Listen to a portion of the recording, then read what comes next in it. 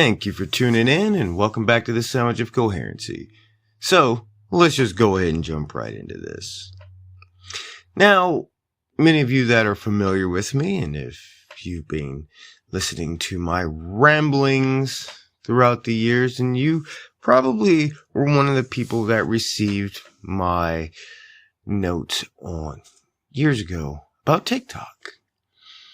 And about how TikTok was absolutely Chinese propaganda, and this was going to be used as a tool against the youth of the West. Kind of a way to further on with the attempt to dumbing down of the nations. Now, I know people say that, oh, that's just mean. You can't say that it's making people dumb. I don't know. Everybody has their opinions. That's my opinion. And I think that it's easy to say that things like that are meant to give you quick fixes and they lower the attention span. Now, this is not for everybody, but not everybody is the same. So there are many people out there that it will lower their attention spans, especially those, I don't know, I guess if you say they have ADHD and all that, when you think about all those kind of things like TikTok in themselves are not beneficial. Now, I'm not dissing what people do. I mean, if it's what you enjoy, it's what you enjoy. We all enjoy social media of some form, so that's not to insult. And I've said it before, we're all guilty of the things that we talk about. But just because that seems to be the case doesn't mean we can't talk about them. How can we find ways to fix them? We're recognizing the issue. But, I had this idea that it would be used to spy on people. You're giving location data. You're giving personal information. And, geolocating. We have the ability to basically square in on things. So the use of TikTok in itself is basically not only giving location, but it's also adding to the infrastructure, the look of it, the feel of it, the idea where the streets intertwine, just little basic things. And it's not, I find that it's not just something that would be used by the Chinese government as a way to spy on, especially the United States, because that was what my idea was. But I truly believe that there are probably U.S. agencies that are using that information as well. We know they do. I mean, we've become so comfortable with being spied on. It's the idea is that the government got in trouble for spying on you. So they decided, well, we'll just get them to spy on themselves for us. They'll give us all the information we need, and that's what we've done. Through the social media programming and whatnot, we have given them all the information they need about us, yet we still try and find ways to hold on to some assemblage, of privacy. But I said those things. That's what I was feeling in my own personal ideals. And then Trump comes along and starts saying things along similar lines. And it's absolutely crazy because the leftist media and many Democrats and so many people said that he was absolutely insane. He was just anti-China and such things. He is a Russian puppet and all this other kind of stuff, and everything he's saying and doing is basically meant to help Russia. But Russia and China are friends, so that makes no sense. I don't think people paid too much attention in politics. But pardon me, because I'm getting a little off track with what I came to say. But the thing is that for so long, the left was absolutely against the idea of figuring out what was going on with TikTok. Maybe we should investigate. Maybe we should do something about their operations in the US. I was absolutely okay with the banning of TikTok in the United States, and people were like, no, you can't take that away from us. The government can't do that. Da, da, da, da, da. But they praised China for taking things away like that from their own citizens. That's the crazy part about it. And this is what I don't understand about the logic of many Americans.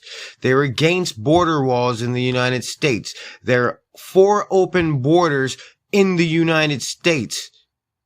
But they do not support those things around the world. They believe in borders around the world. They believe in the country's individual sovereignty.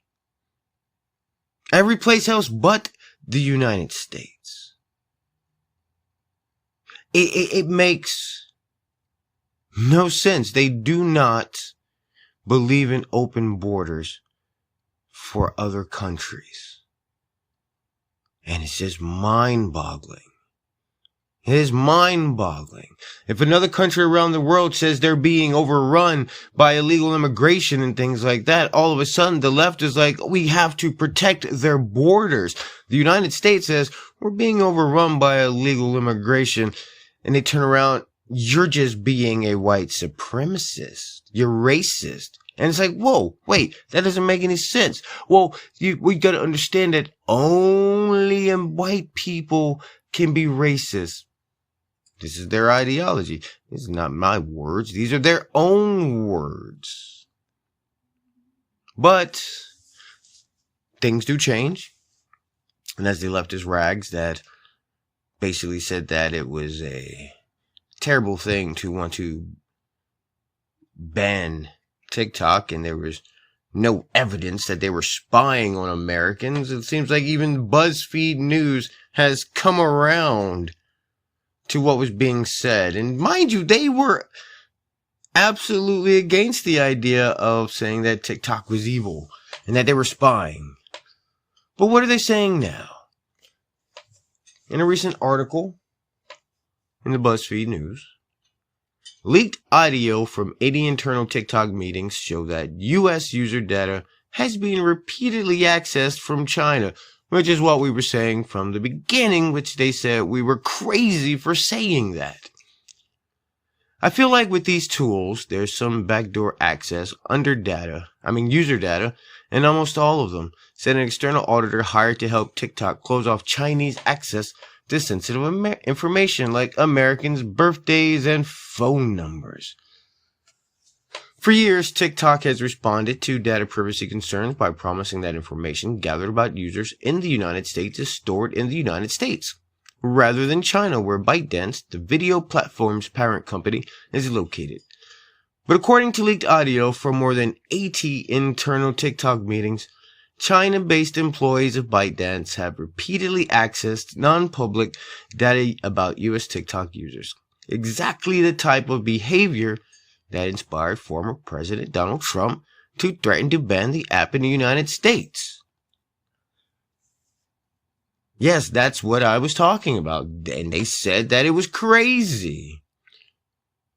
Oh, wow. It looks like even BuzzFeed is jumping on the proper train. The recordings, which were reviewed by BuzzFeed News, contained 14 statements from 9 different TikTok employees, indicating that engineers in China had access to U.S. data between September 2021 and January 2022 at the very least. Despite a TikTok executive's sworn testimony in October 2021 Senate hearing that a world-renowned U.S.-based security team decides who gets access to this data, 9 statements by 8 different employees describe situations where U.S. employees had to turn to their colleagues in China to determine how U.S. user data was flowing. U.S. staff did not have permission or knowledge of how to access the data on their own, according to the tapes. Everything is seen in China, said a member of TikTok's Trust and Safety Department in a September 2021 meeting. In another September meeting, a director referred to one Beijing-based engineer as a master admin who had access to everything. While many employees introduced themselves by name and title in the recordings, BuzzFeed News is not naming anyone to protect their privacy. So, I mean, this is, what more do you need? And I know we can say that, oh, well, I mean, Facebook and everybody does it, da-da-da-da. Yeah, this is true. And we don't like that. Nobody likes their privacy being invaded. But at the same time, we understand that the Chinese government is not wanting to do these things in order to benefit the United States. They want to destroy the United States. They've said this time and time and time again. They are working openly to destroy the United States. But for some reason, people just want to keep giving them more and more information. And they hear all these things that China is doing to their own citizens, invasion of privacy, the way they're treating the Falun Gong and the Uyghur Muslims. But for some reason, these loons here keep thinking, oh, we need to do what they're doing. Think about it. Throughout the pandemic, we need to do what China's doing. They're mistreating African nationals, beating them in the street, kicking them out of their apartments, telling the citizens that they brought COVID to China. Well, yeah, that's different. That's different. They're locking people in their homes. We're talking putting metal plates on the doors to keep them from going outside. Oh, well, it's to keep the people safe. They got to look after the people. People turn around here. Yeah, the government wants to, kind of put bans on abortions. Oh no. The government can't tell me what to do. Jeez. But yeah, so, I mean, I don't have a TikTok, and for these very reasons. And it's weird, they can call me a conspiracy theorist all they want, but these are the ideas I had as soon as it came about. And look at that. Lo and behold. Telling the truth, we're right. All this persecution over the past couple of years for having these ideas about what this company was doing. And now you have the leftist media coming back and talking about it like, they never had anything to say that was completely opposite of what they're saying now. Instead of saying how this is propaganda, this is Russian blah, blah, blah, blah, blah, this is whatever, they're at least finally admitting to the reality of the situation. And that just seems to be the case. More and more people are becoming aware, and these corporations are noticing that, and so they're riding the wave. They're moving away from the Republican Party. So these organizations don't want to lose users, so they're riding the wave. Oh, these people are going to the right? Well, let's talk about things from the right so that they'll continue to stay with us. And that seems to be failing as well. But the closer we get to these elections, the better it seems to be getting. It's just really getting started. So we'll see what happens next. But I thank you for tuning in, and we'll catch you next time.